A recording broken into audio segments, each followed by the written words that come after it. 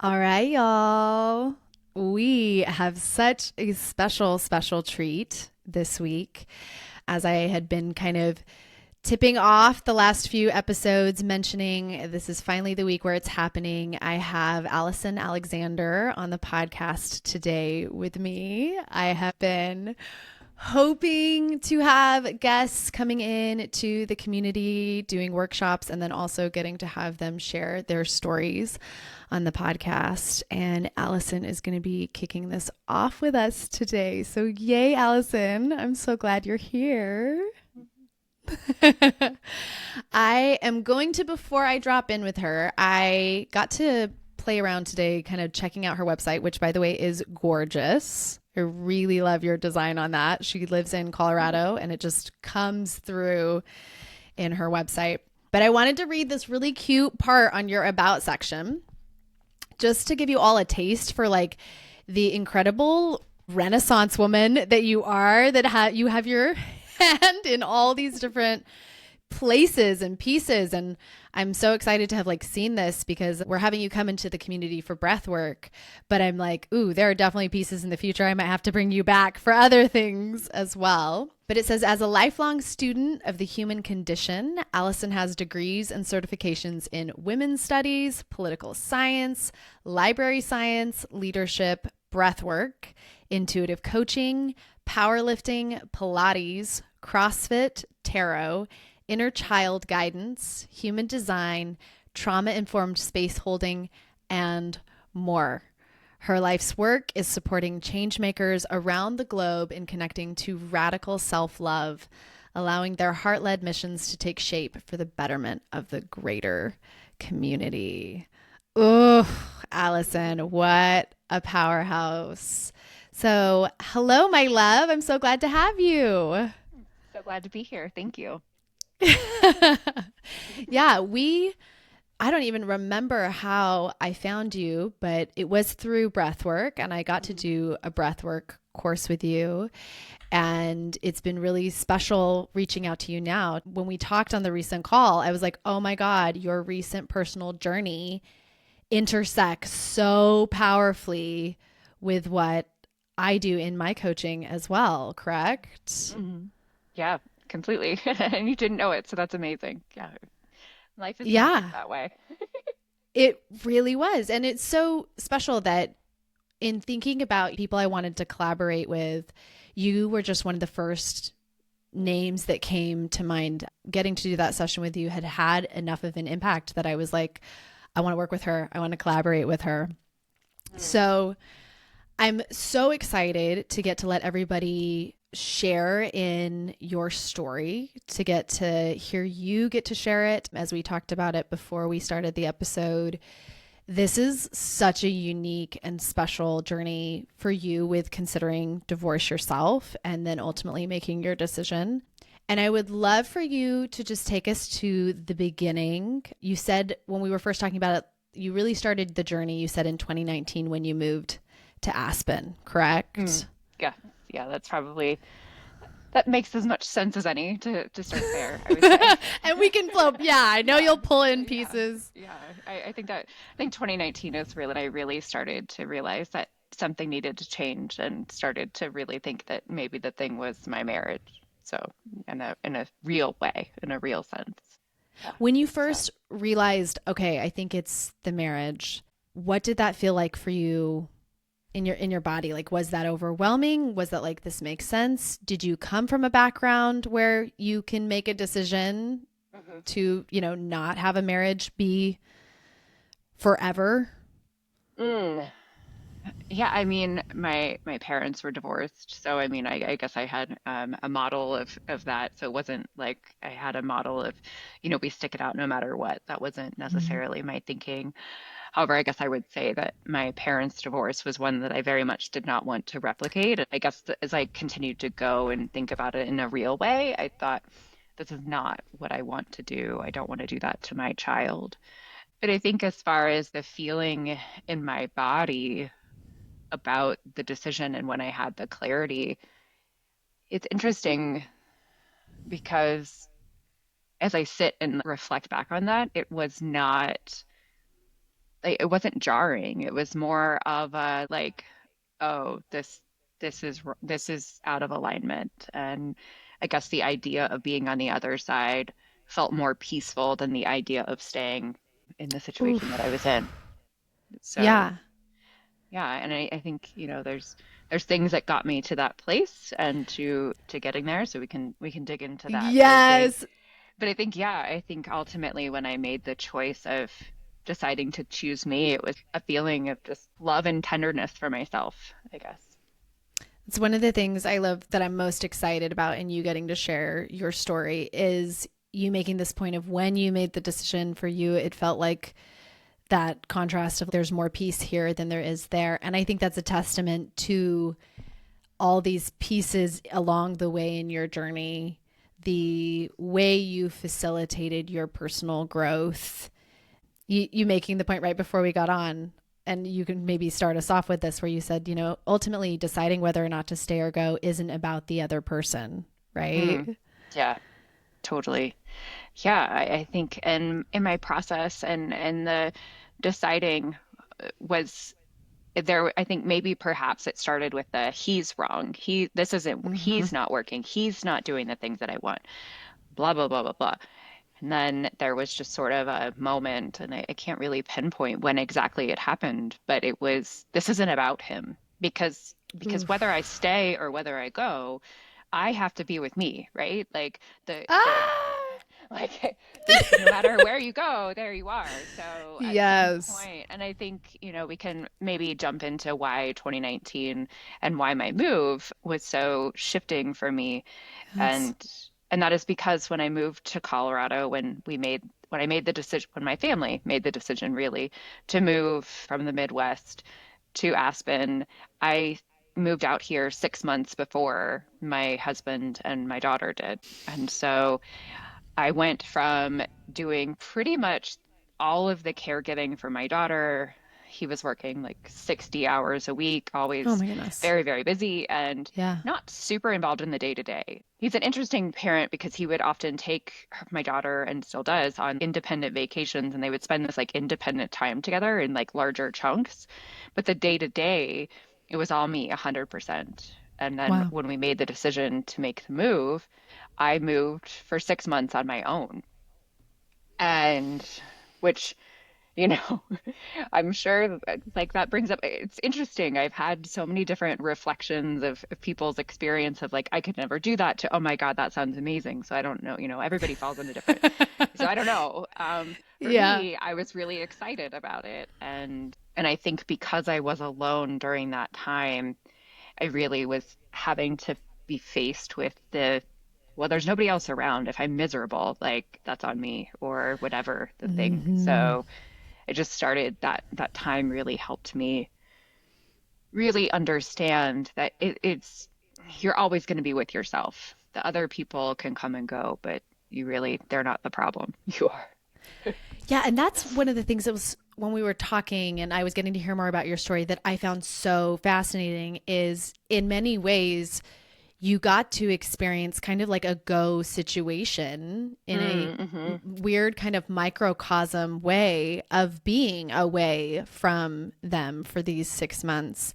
And Mm-hmm. I would love for you to talk more. I know you'd mentioned that it was like so much of your identity was stripped away, like the things that you had, the way you thought of yourself. I know you were really, you said you're really into Yeah. fitness and that was Mm-hmm. taken away. And, Yeah. you moved when it was cold. It was just such a drastic change. Yeah, I literally I've been reflecting a lot in preparing for this conversation. Just every single aspect of my life I mean, there's nothing in my life that looks the same as it did pre 2019. Oh, wow. Truly. And so I went from living in a suburb of a big city, relatively so, and I moved to a rural ski town. I don't ski. That's probably important to put out. That I is, don't. oh my God. I cross country ski now, but that is a newer development. I did not ski or snowboard when I moved out to Aspen, but we were coming out here a lot and just got the sense when the first time I came here, I was like, there's something here for me. This is where I'm supposed to Mm, be. It doesn't make any sense. And then Wow. the stars aligned several years after my first visit and got a job. They moved us, they paid for the move, and it just was like all these different things, like the red carpet just kind of rolled out. And so, Wow. like you said, everything was sort of stripped away from me. So when I moved here, I owned a CrossFit apparel business that had sort of stemmed from this really, I was deeply entrenched in the CrossFit community. I went to a pretty intense CrossFit gym with high level competitors who were competing at like the international level and had a really amazing gym community. I'd been in, where I lived for a long time. I knew many, many people, was very well connected. And I moved to this place where I knew like maybe five people. Oh, And wow. I didn't know very many people. I moved into my sister-in-law's parents' basement into their like you can kind of which was interesting because it was like living with your parents, but they weren't my parents. I was not quite 40 yet, but how did I end up here living like I bet. it was trippy there and so when I started trying to find my community, I was like, okay, well, I'll go to the gym. That's where I'll find my community. And I went to a couple different CrossFit gyms and I was like, oh, these are not my people. These are no Mm-hmm. judgment, no disrespect. Everybody is different. Like culture is different, intensity is different, all the things. I just recognized that that wasn't where I was going to find my Not a people. fit. Yeah. And that's something sort of that I think I've always done well is recognize like, not for me. I will do any, I think I told you before, I'll do anything twice. I will, because the first time you're always judging something. The second time you have a bit more of an understanding of what to expect and you can be a bit more in the experience. So I gave multiple gyms two times, and then I was like, not it. And I started asking around and I decided, okay, well, if you're in a new place, like you got to find new stuff to do. And I just started to really lean in because I was on my own. I had more time on my Yeah. hands. My daughter was in the second grade at the time. So I really hadn't, to your point, like going back to the question, I hadn't been Allison, just Allison, without having to worry about like when pickup was, what lunches had, what activities, all the things. Like I really had just this glorious expanse of time, and I just started to lean into it. I also didn't have my husband around all the time, so that also opened up a lot of space. And I love what you said of, you were Allison again. Mhm. Like, it's so common for us as women that once we get married, our identities become, okay, I'm now the wife, or once we have Mhm. children, now I'm the mother. And that's why I was so excited to have you share your story, because you got to like ahead of time kind of experience this, oh my God, rediscovery of yourself while still being married, but having that distance and that separation that, like you said, gave you space and time that for a lot of women, we don't see again until our kids leave the home. And that's why there's like, the common trope of the midlife crisis. Yeah, Like, totally. you finally have space to actually feel what you're feeling. And so when you start exploring, Mhm. how did you overcome that? I don't know about you, but sometimes going into a new space, that fear, I notice this a lot with women who, maybe they have made the decision to go, Mhm. overcoming those feelings of maybe loneliness, your support system's gone. How do Mhm. you propel yourself into finding the new support system? Such a good question. Um, well, one of the things I think that from my bio, from my website, that you didn't read is that I grew up in a military family, so I moved constantly as a child, and so perhaps I think I can acknowledge and call and kind of name like I'm probably have a bit more of an ability just because I've been doing it for so long to just kind of make new friends or to Yeah. try new things. And I think, that's a muscle. I think you have to practice that. I think that and I can say, even with the experience that I have, that's not to say that I walk into every new experience and I'm like, hello, here I am. Like that is not it. You definitely sort of observe first and then just kind of go. But I think, just that reminder that nobody cares. Like nobody's looking at you. Everyone is so much more worried about Mm, themselves. yes. This is Everyone's so obsessed with true. themselves. Yeah, we all are Truly. in our own little We're- worlds thinking everybody's Yeah. watching. Like, no, nobody's watching. Nobody cares. Unless I think sometimes I think people are watching like admiration. I think that happens more than we think. They're less often I love looking that. out of a place of like, oh, what is she doing? And if so, those aren't your people anyways. Who cares? Right? I know this is one of the things I love about you too. The way you're just like, not for me, Yeah, not for you're me. really able Yeah. to reflect on the internal experience. Yeah. So Uh, what was the tipping point, like the moment where you found something that really started to crack you open in this new space?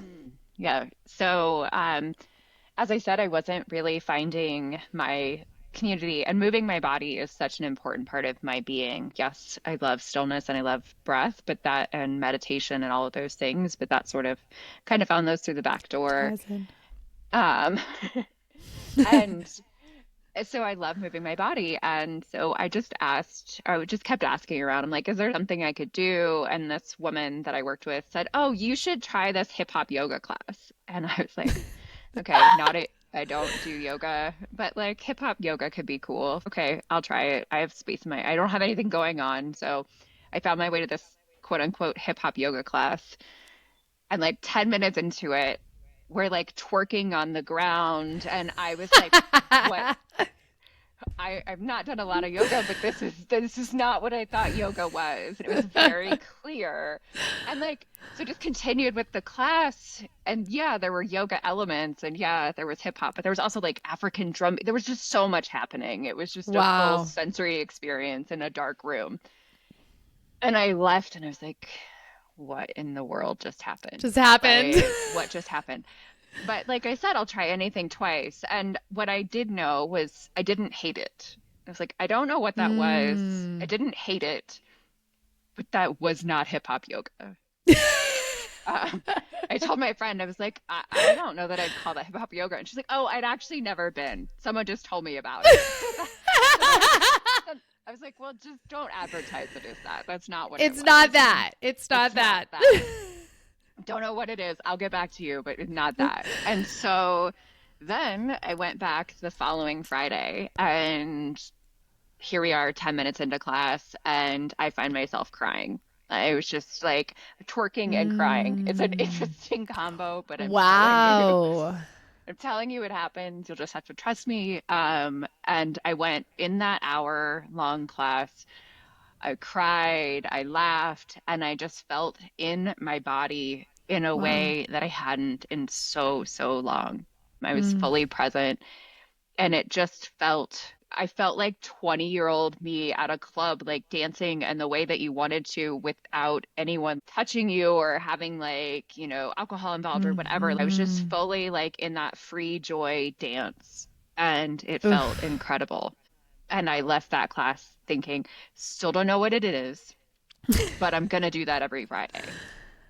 Wow. And it became a place where I would go to the class and I would dance and cry and all the things. And then I would leave and I just would journal or would go on a hike or would do something. And I just started to think about this is all new. Like how do you want to be?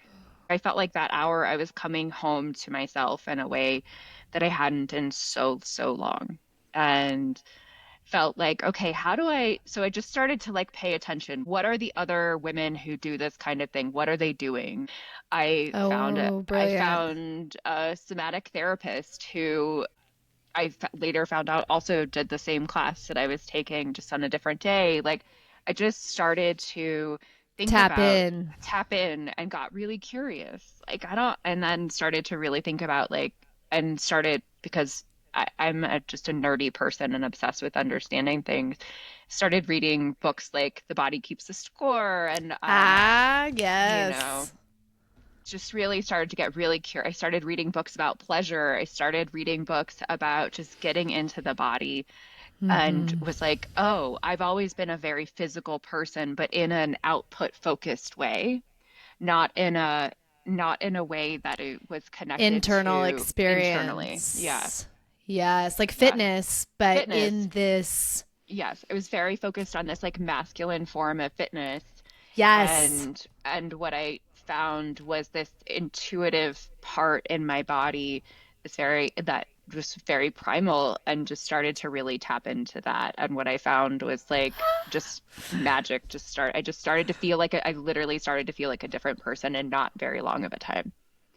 Yeah, I love the word you used of primal because Mhm. as you're sharing, what the theme that just keeps coming through is how your journey when you talked about like being called to Aspen and it not making sense, right? I mean, Mhm. when you said you didn't ski and you moved to Aspen, I was like, wait, Yeah. I No, don't yeah. understand. But this primal soul call feeling that draws you there to this exact location. I don't know about you, but I've never heard of hip hop yoga either. I think this must be this like magic little offering, this gift that was waiting for you there. And then you finding it and having enough, just enough awareness to go, ooh, there's something here for me that's different. I don't know what it is. And that's, I just have to say, that is a huge piece of finding your way through the journey is, like you said, being willing to try things at least twice, right? Not just out Mhm. and out rejecting it because, ooh, it's different or it makes me feel weird or I don't know, it's kind of awkward. And instead going, there's something here. I don't know what it is yet, but I'm going to get curious and drop in. So I would love to hear. So you're having this like awakening happening. You're Mhm. away from your husband and your Yeah. daughter. Mhm. What starts to go through your head Mm. around that? Like, are you just able to completely remove yourself for these 6 months just on this journey? Or are you also thinking, oh my goodness, I'm changing? That's a good question. Again, I think I am probably someone who is primed and has a lot of experience with out of sight, out of mind, like be where you are, because of I think like childhood survival. That thing's Mm, not here. Let's just move forward. So I think there was that happening, but then I would have conversations with my husband. I would have conversations when I would I just started to notice again, like I'm a very body aware person and I started to notice my body would shift when I would talk to him. Like my shoulders would clench in, oh, like I would start to protect my heart. I would start to just feel anxiety come up. And I just started to notice, oh, I feel so much better when I'm not in contact with this person. In the times when I'm not talking to this person. And I tried to say, because he was having his own experience and yeah. I like he was having his own, he did jump in and did do the things like which, great, that's amazing. And he was also having his own sort of struggle with that while I was having my own. So I just, I can hold space for the fact that like he was having his own experience. But when I would try and say, here's what I'm thinking, I've started therapy, like what I would say was, I really want this to be a new beginning for us. I said, I know I'm different and I am building a different life here for myself. And I don't want to have it like, as the months went on, like the conversation was like, I don't want to go back into old patterns. Like, I want to continue having, I just felt like, for those of us who have had babies, like it felt like I was nurturing an infant. And like the most important thing I could do was protect that very precious, fragile experience Connection that with I was having. yourself. Yeah, and I Yeah. just felt very, again, it was like a primal, like, no, you're not going to cross this. Like that just became, and as the days went on, that kind of strengthened. And when I would say, I think when you get here, we should, go to therapy or address some of these issues because they were all starting to come to the surface. Because again, when you have space that you're not, because you're not in the day to day, The Like robotic I was like, survival. okay, here's all the things that I would really like us to address. Like, how do we find more balance where it's not just me doing all the work or you doing all the work? How do we find more of like the flow where we're each sort of living in our gifts, right? And he had a Oof. lot of resistance to that, and that was not something that he was super open to. And in a very like clear way, it was like we're not the problem. You're just having this like freestyle life, like blah blah blah. We're not, I'm not the problem. We don't need to work Interesting. on this. We were fine. And I started to realize very Oof. clearly, no, we were not fine. I had just shut down. Oh my goodness, yes. This this moment of like your partner thinking everything was great, everything was Yeah, fine, it wasn't a problem, and the moment where you realize it was only because I was letting myself die inside totally.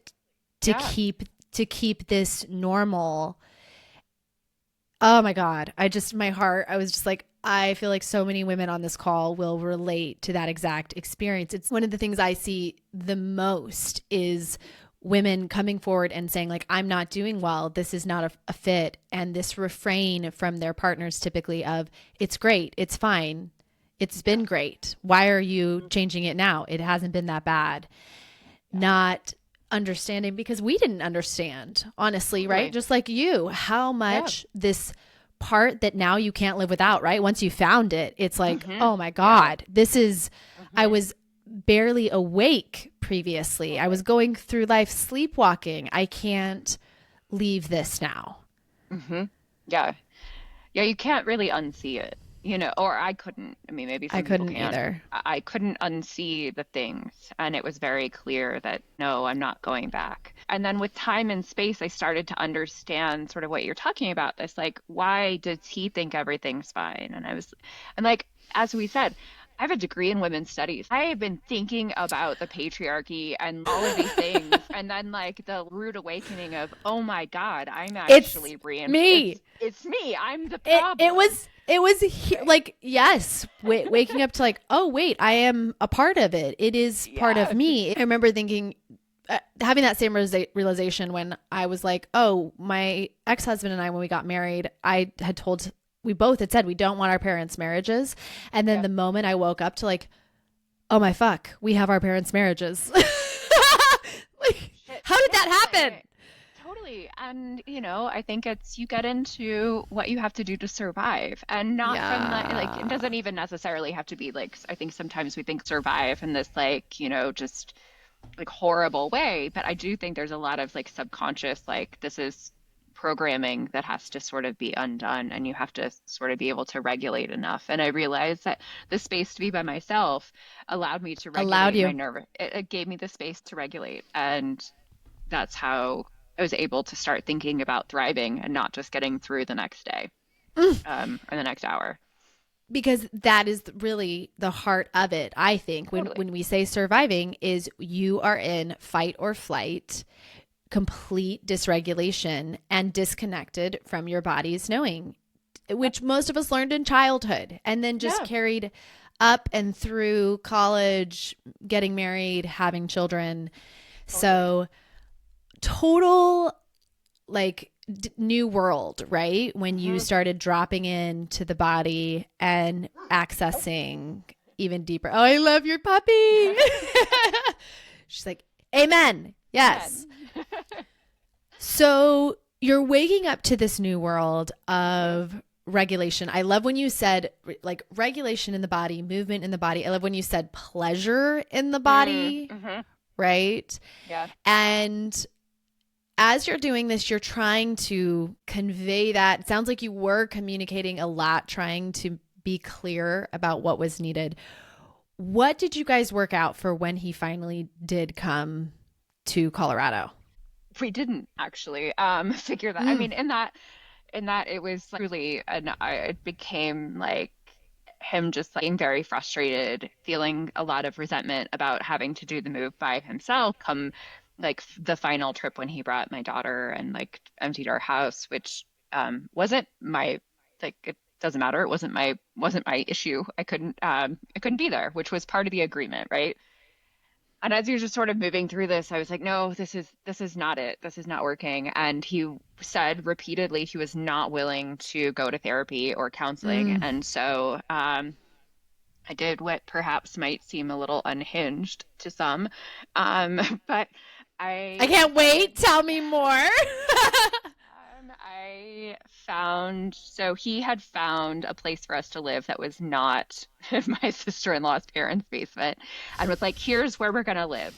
And I was like, well, that's really far from where I've kind of started to build my life. You're not even listening to where I want to live. And I'm the one who's been here for 6 months.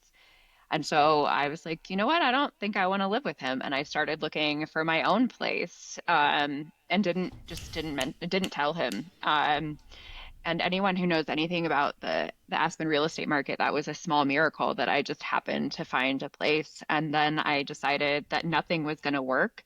So I actually got a lawyer and filed for divorce. And I served him with divorce papers the day that the U-Haul left. I stayed one night in the apartment or in the place that he had gotten. And the next morning, I said, just so you know, you're going to be served in about an hour. And he was like, what are you talking about? And I was like, well, Mm. you said you weren't going to do these things. And I'm not going to sacrifice and show my daughter that this is an okay way to live. So if you're telling you've set Wow. your boundary, you're saying you're not going to go to therapy, you're not going to invest in doing the work. And I'm saying I'm not going to live in a home that I wouldn't want my daughter to be living in. Oh my And goodness. Yeah. and he just completely, I don't even know how to describe sort of what happened to his like being. And then he said something that I think was really shocking to me, and that was really brave of you. That must have been really hard. And I Oh, wow. and I'm just standing there like, yeah, it was. It was really brave and it was really hard, but this is what needs to happen. And he was like, are you sure? And I said, if you're sure that what you're saying, you're not going to invest in the work, then yes, I am sure.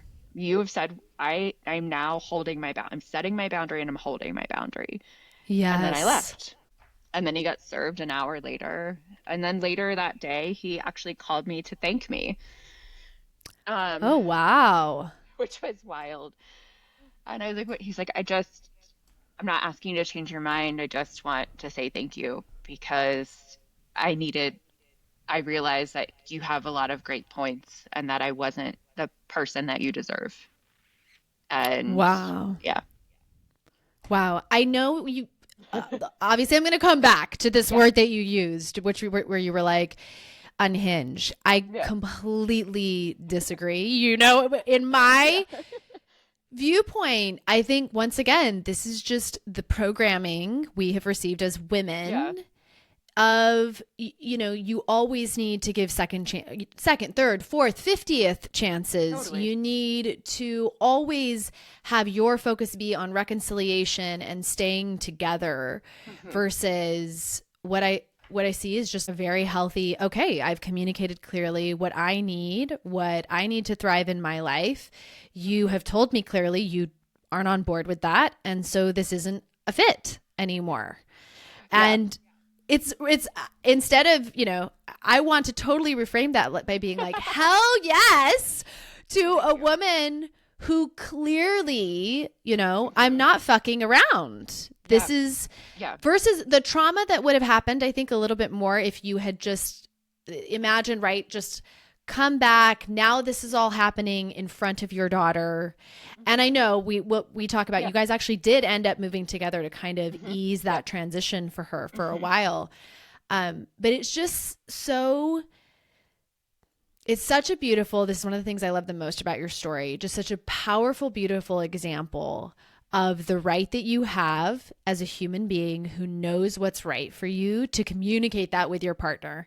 And if you have a partner that's just like, I don't care, I like the way things were, I need you to get back in the box so I can feel good, Yeah. having the ovaries to say, okay, then I am getting a place.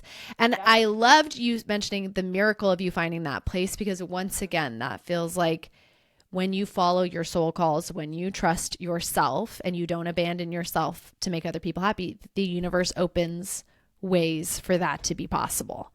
1000%. And I've seen that over and over again. When you set the clear no, the yeses start to just like like the red carpet just totally rolls out. Um, Oh, yeah, it's totally. Yeah. It just I didn't feel it was unhinged, but I know that when I told people, they were like, wow, wow. It's like, so maybe, maybe it's not unhinged. Maybe it's just like fully in my power. Like I just fully was like, yes. I was full send. I'm just doing it. And And that's what I happened.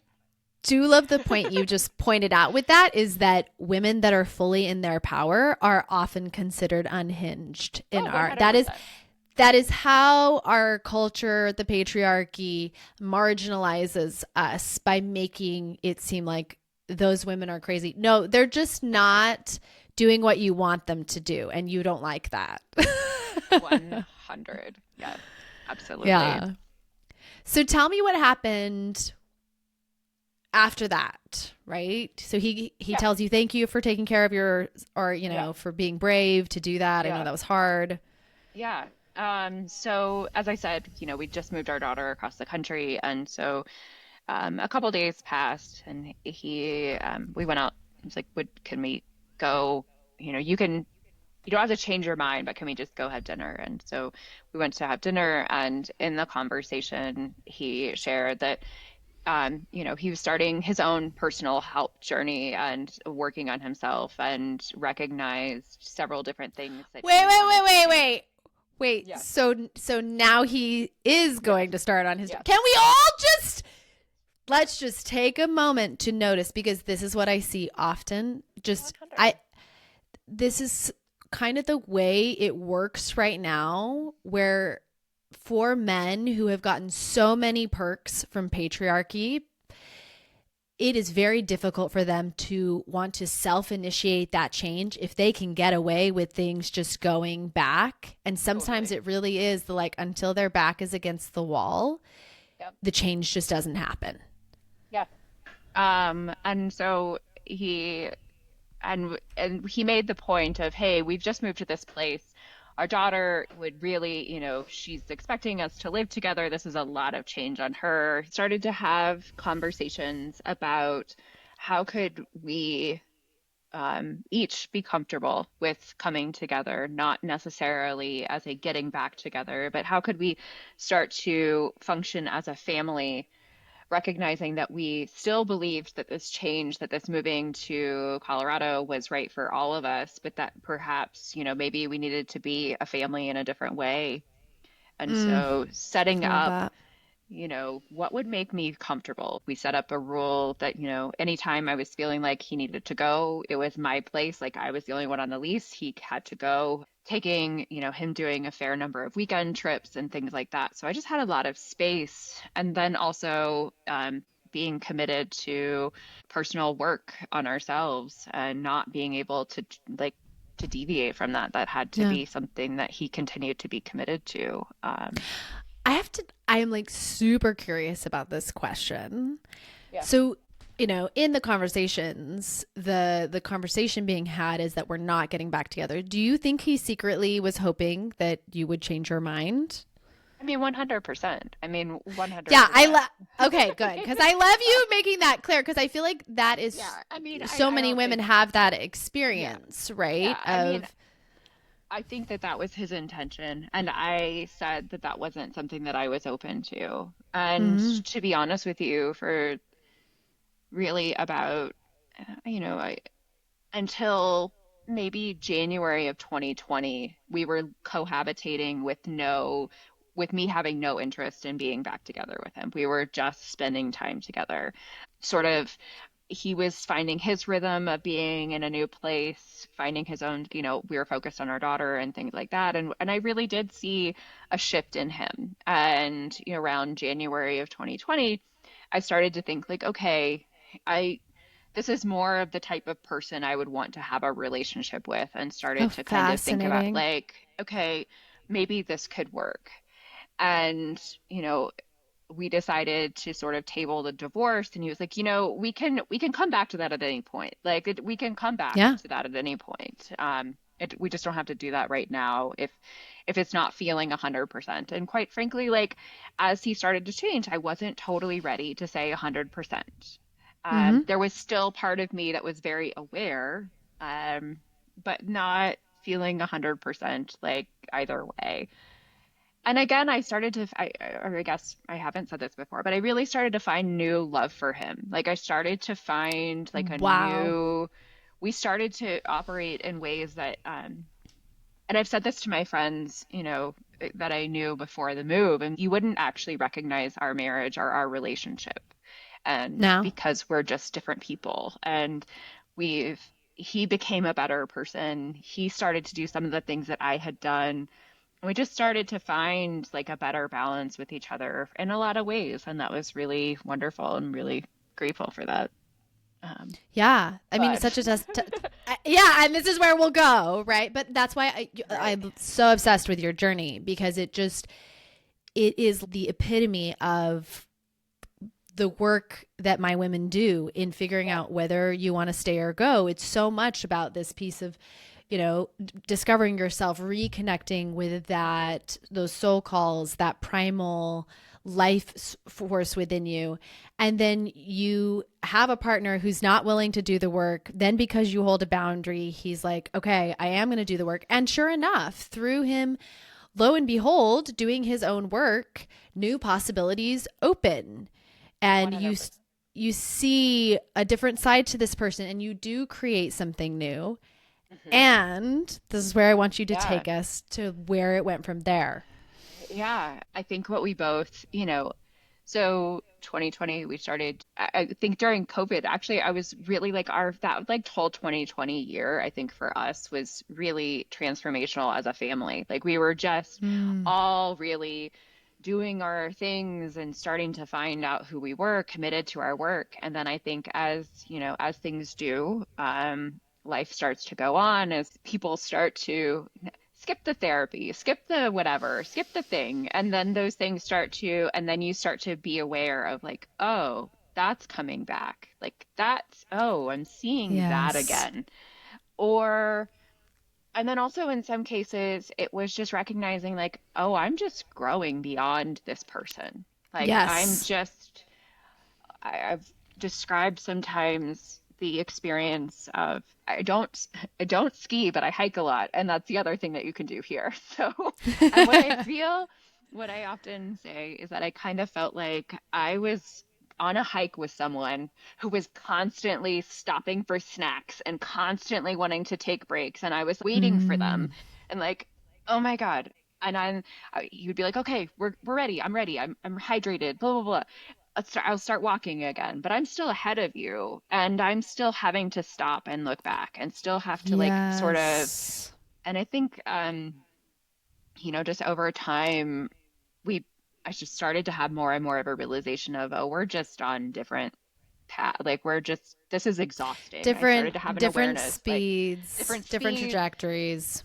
like I can hold. I started to realize like, oh, he's made progress, and also I'm still not feeling like my needs are all being met, and started, Mm, um and a couple of things happened just sort of as time went on where I just was like, huh, I don't hate him anymore, which, like, in truth, I can say when that person who filed for divorce and found that apartment on my own was fueled by like setting a boundary, burn it down, like, you're yeah. wrong, I'm right.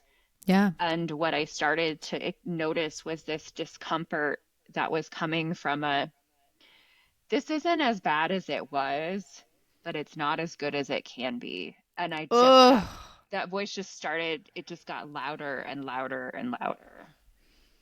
yeah. Uh, What did that feel like in your body when you start? Because that is mm, such a tough moment. You thought it was going to end. You've reinvested, and I love the way you reinvested. Even you had so many like beautiful boundaries around it, but like you kind of just were surprised to like, oh, maybe I could have feelings for this person again. And then the ultimate moment of realizing it's still not going to be this person? Mm. Um, I ultimately had the feeling like full clarity actually in a breathwork journey. There were just a couple things that had happened and I don't need to go into them, but Yeah. something had really kind of happened and I was like, I'm just a friend of mine was hosting a circle and I was like, I'm going to go to her circle. And it very clearly in the practice, I heard, I love you and you have to die. And that was related to my marriage. And it Oh. was that something had to die in order for the things that I loved being my husband, being me, like and my daughter, like something had to die so that more could be born. And it was just Mm-hmm. so in my body and when I felt like when that came through, it was like full body like I don't know, I just felt like I don't Knowing. really know how to explain like what happened. It was Yeah. just like a full openness of okay, and I got up and I was like, well, that has to happen. I don't know how that's going to Oh. happen, but that's going to happen. Ooh. Yeah. Yeah. That no Um, that knowing is so the undeniable knowing, like when you said earlier, yeah, of being awake and where you can't go back to sleep. yeah. Um, and again, it was from a place of a much different place. Mm. Here we are. Our divorce was finalized last week, actually. So here Oh we my are. goodness. Yeah, so like almost, 5.5 years from the initial start of this journey, we were able to lovingly set down what was in a very different way than we would have had we walked away in 2019. And that had just been that.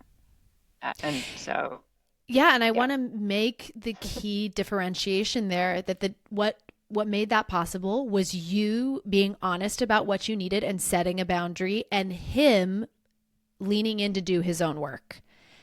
You 100%. know, because it is, and I love the kaleidoscope of experiences of, Hmm. the way different women come to considering divorce, whether they stay, whether they go, and yours having those multiple layers, right? That you did have a partner who actually was like, okay, whoa, I got some stuff to work on.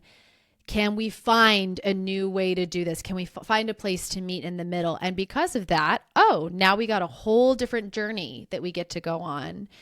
Yes. And a journey that ultimately it sounds like led you guys to you knowing deep down this was not, like, tell me a little bit more about that piece of you saying like it's good but it's not what it could be. Um, I started to really lean in more and more to what does self-love look like?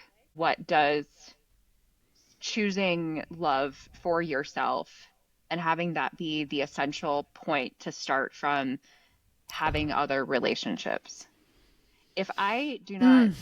If I do not love myself completely, like, and that means not more than, like I said, love is more than care. Love is authenticity. Love is respect. Love is a choice to support the growth of something. Like it is Oh, not, yes. when I say I love you, it is not because I want you to be something like I love your potential. I love how you're being in this moment. It means I love you. Even when you are doing something that does not necessarily I wouldn't do or I wouldn't choose or isn't for me. And so when I really just started to really get really rebellious in my feeling of what is self-love, it became abundantly clear that honoring myself could not exist in the same experience of me making myself smaller or still trying, even though he has grown so many ways. Like my ex-husband is a wonderful human being. Like I love him Mm-hmm. dearly. And I say that from like a genuine, I love the shit out of that man. And also he is not my person.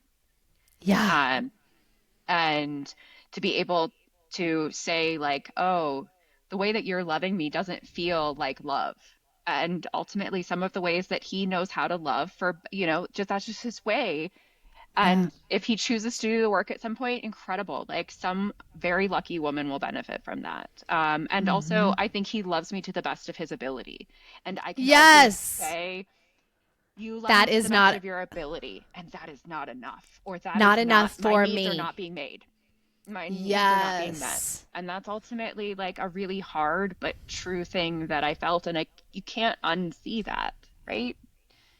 Or I couldn't. Maybe some people can. I don't know. Yeah, I love the complexity of what you are sharing, which is so many women. I think you think, especially if you're coming to a divorce where you don't hate that other person.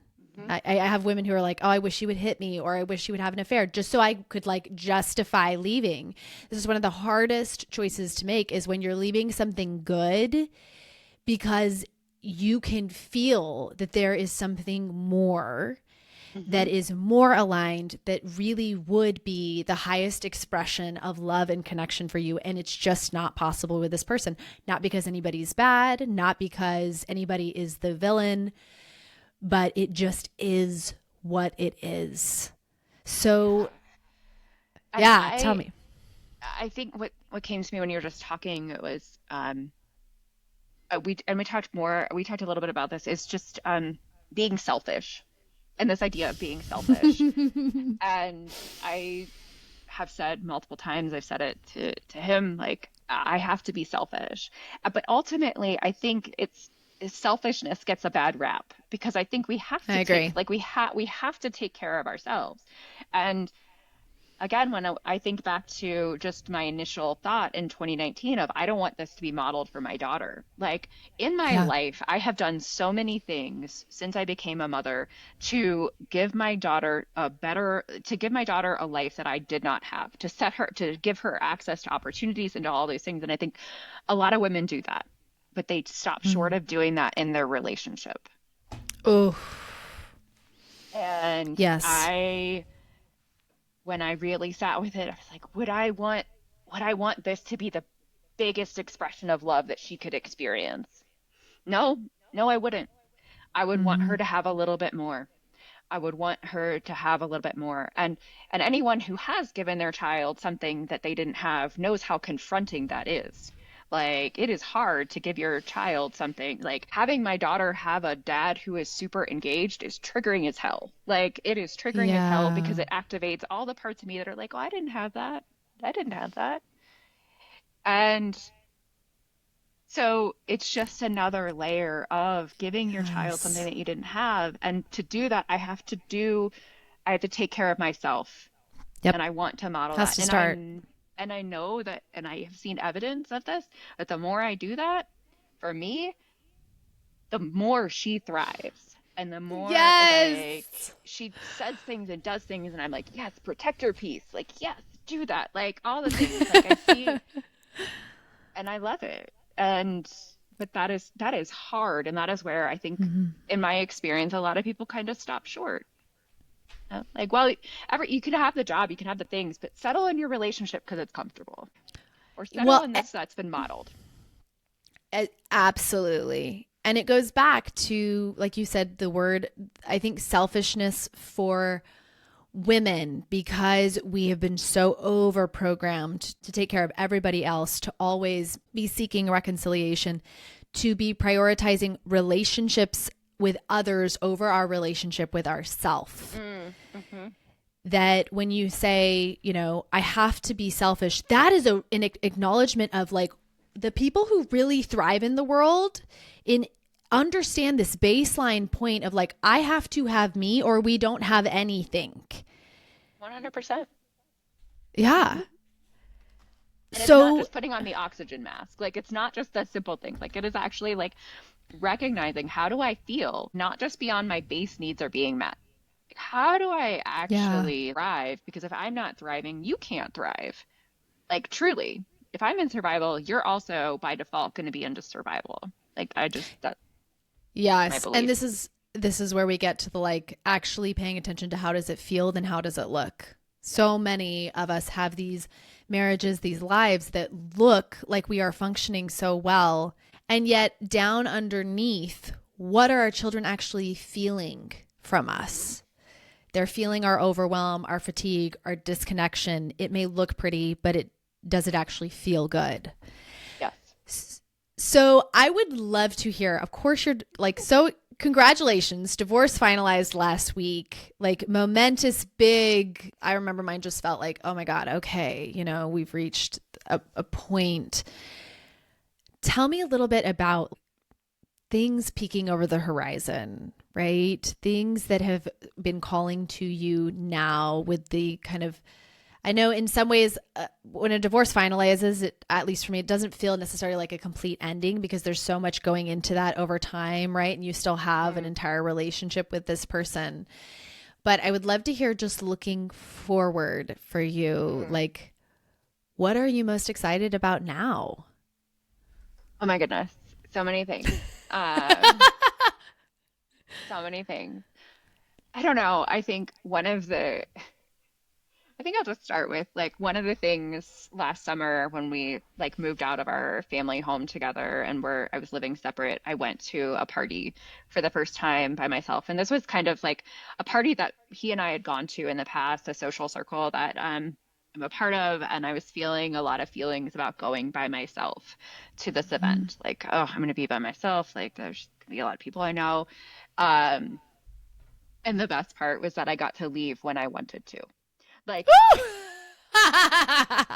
and that was a game changer. So I was at this party and actually like it was fine. Like there were a couple like I felt like we talked about at the beginning, like you think people are looking at you. No one cared. Everyone was worried about like running into the next most important person there.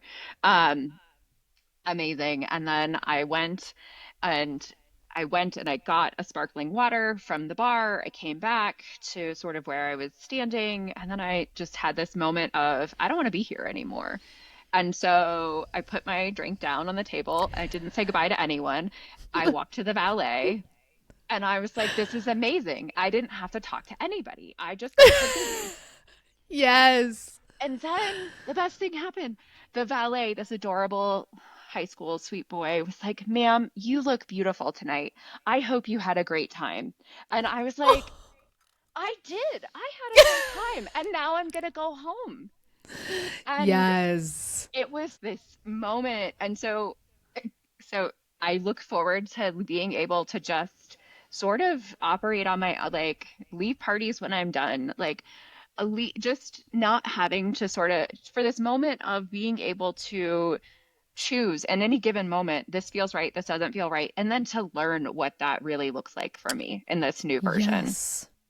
And Like, to and have maybe the freedom to yeah, not right, that's the piece of being in constant relationship with others, is you're always yes, having to check in with, are you okay, is this okay, are we gonna, so you're totally. right, this is such a luxury. You're helping me also remember the beautiful, and I mean by luxury, right, it's this human right that we seem to Yeah, lose as women when we prioritize everybody else over ourselves, of the simple act of saying, I don't want to be here right now, or I want to leave, and letting yeah, yourself do what you want when you want without having to make any excuses. yeah. I look forward to, I've just gotten my daughter will tell you that she likes us better separate. Like she will tell you that she prefers the way that I parent when it's just, or our time when I'm just her, and she prefers being with just her dad. And I look Wow. forward to deepening my relationship with her because I've already seen that happening. Like we have such a just rich and different relationship when it's just the two of us. Mm. And then I look forward to her being able to have that rich and different relationship with her dad.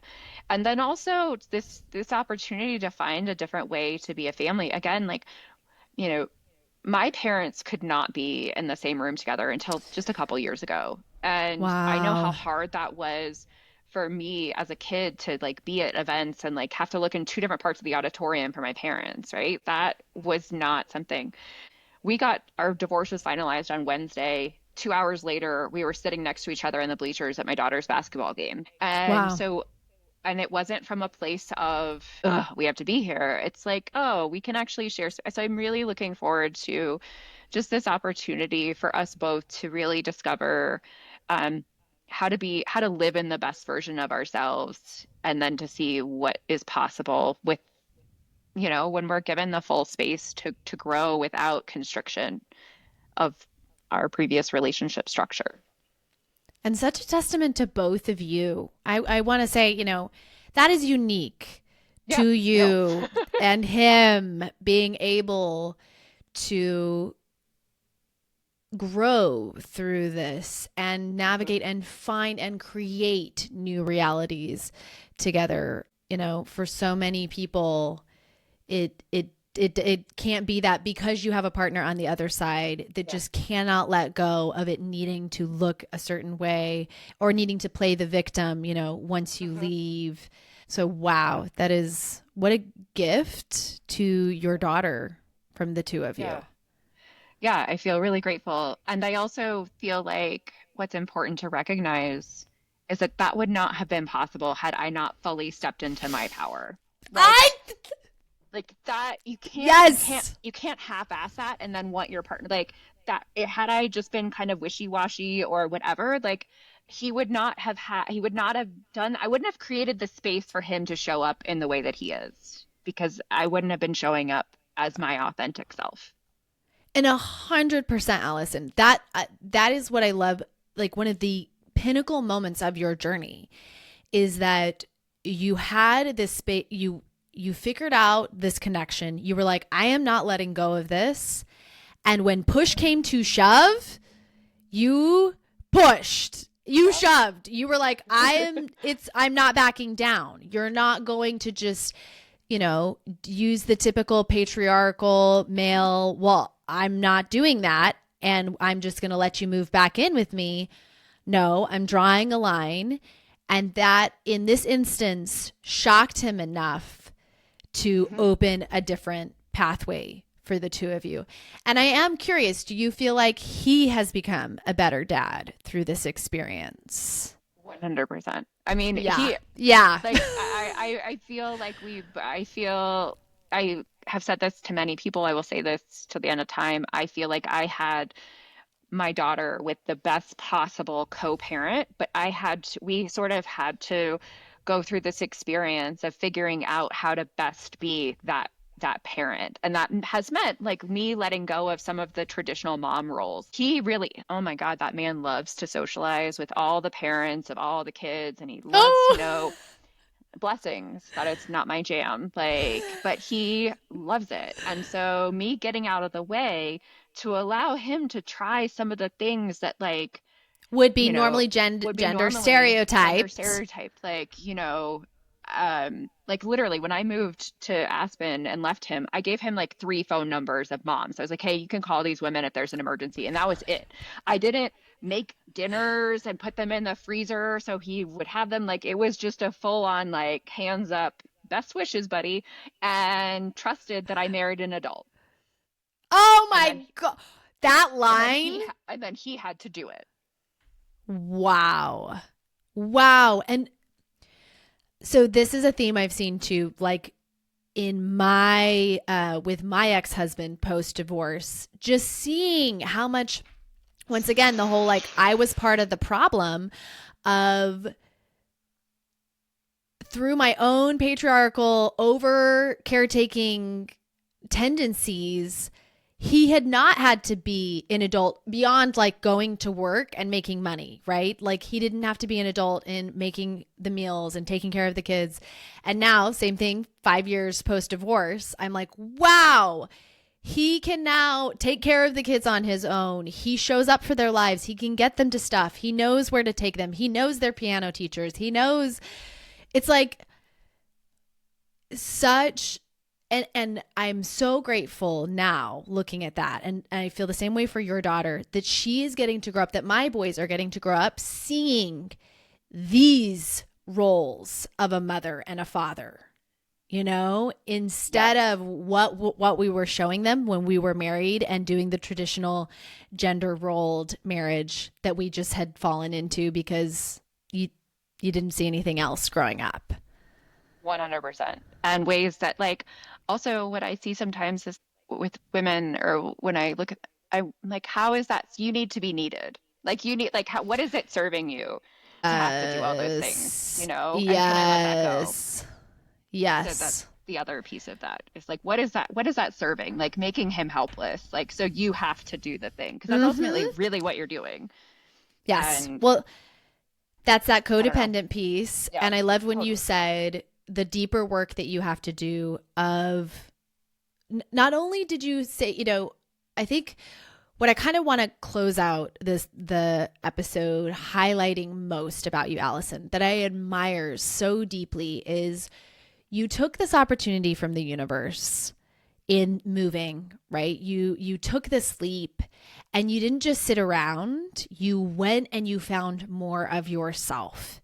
And that seems to be a key part of you when you talk about that hiking, right? And that like you want to go, you want to see the world, you want to experience your life, and you sounds like you like to do it at a little bit of a faster speed than most. I can totally relate. Like I grow and change so much in 1 month that that's not a speed that very many partners can keep up with. And instead of doing what we've been trained to do, right, which is I need to slow down. I need to just completely, accept that I'm not going to get to see the things I want to see because this person wants to get snacks all the time.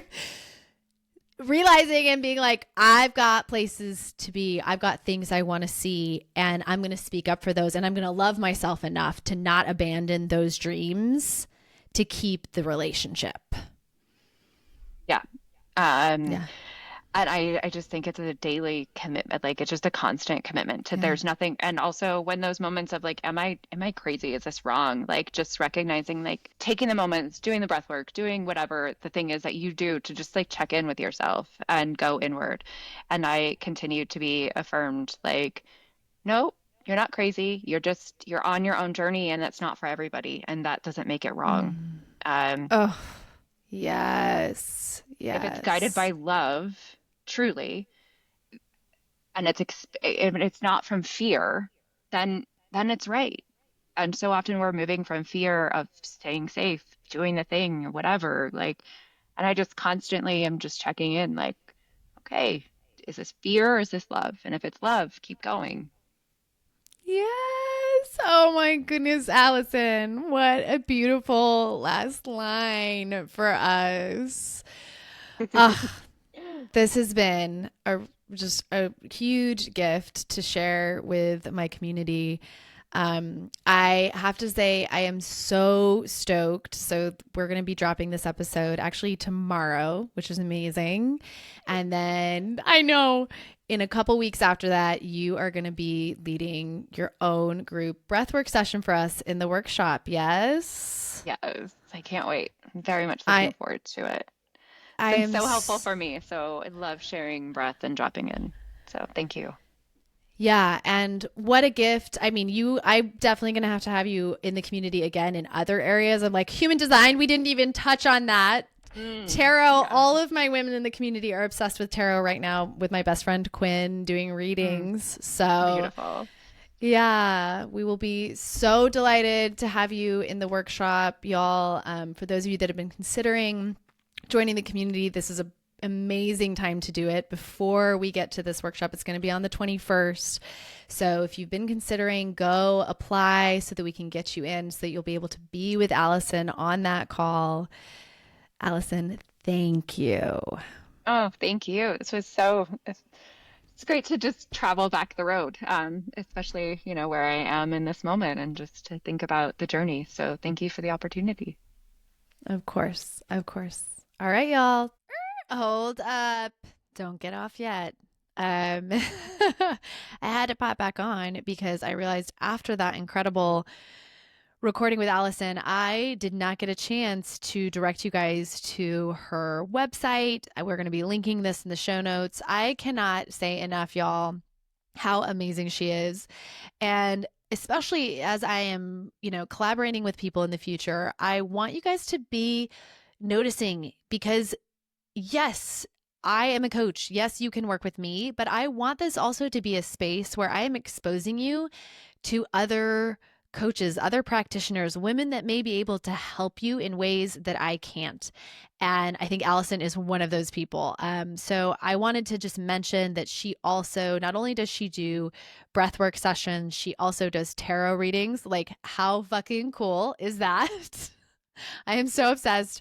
I like secretly wish I was better at reading tarot, but thankfully, Quinn is super good at it. So I just always go to Quinn. But how amazing to have somebody else that I can recommend to be going to for those. Those are just so helpful when you're kind of looking for extra inspiration, something to kind of jolt and, give you some outside perspective that hopefully can move you forward. And then also, she does her own intuitive coaching. So if you're listening to her, something sparked inside you and you're like, oh my God, I love this human. I love the way this human speaks. I love the way this human moves. I love the things she's talking about. You might consider going and reaching out to her and seeing if that's a fit. I'm so passionate about you guys finding, the resource, the person, the book, the technique that gets those breakthroughs for you. So can't recommend going and looking at her offerings enough. Also, if you loved hearing from her, I am on her list. So I get her regular broadcasts that get sent out. Consider reaching out to her through Instagram if you want to get on that. And in celebration of this, what for me is a really momentous, exciting moment of having my first big collaboration in the community and getting to host somebody that, that's going to be actually doing a workshop. We have introduced a new keyword that you can be using to text to our number, the 33777. It's going to be stay or go community. And why I love this is because in texting that word to the 33777, it will take you directly to the landing page for the community where you can read up on it more and where you can ultimately sign up and start the application process. Not only do we have Allison doing the breathwork workshop this month, which is going to be so incredibly powerful to have all of these women in the community on that call together doing breathwork at the same time. Like, how fucking magical. But I actually was on a call this morning with another wonderful collaboration that I'm building out for March. So we have just amazing, beautiful things building, growing, coming down the pipeline in the community. So if it's been calling to you for a while, I highly recommend texting Stay or Go Community. That's STAYORGO community, all one word, 233 and starting that application process. You want to start it now so that me and my assistant can review it and get back to you and get you onboarded before we do that workshop on the 21st of this month. Woo! So yummy. Till then, y'all.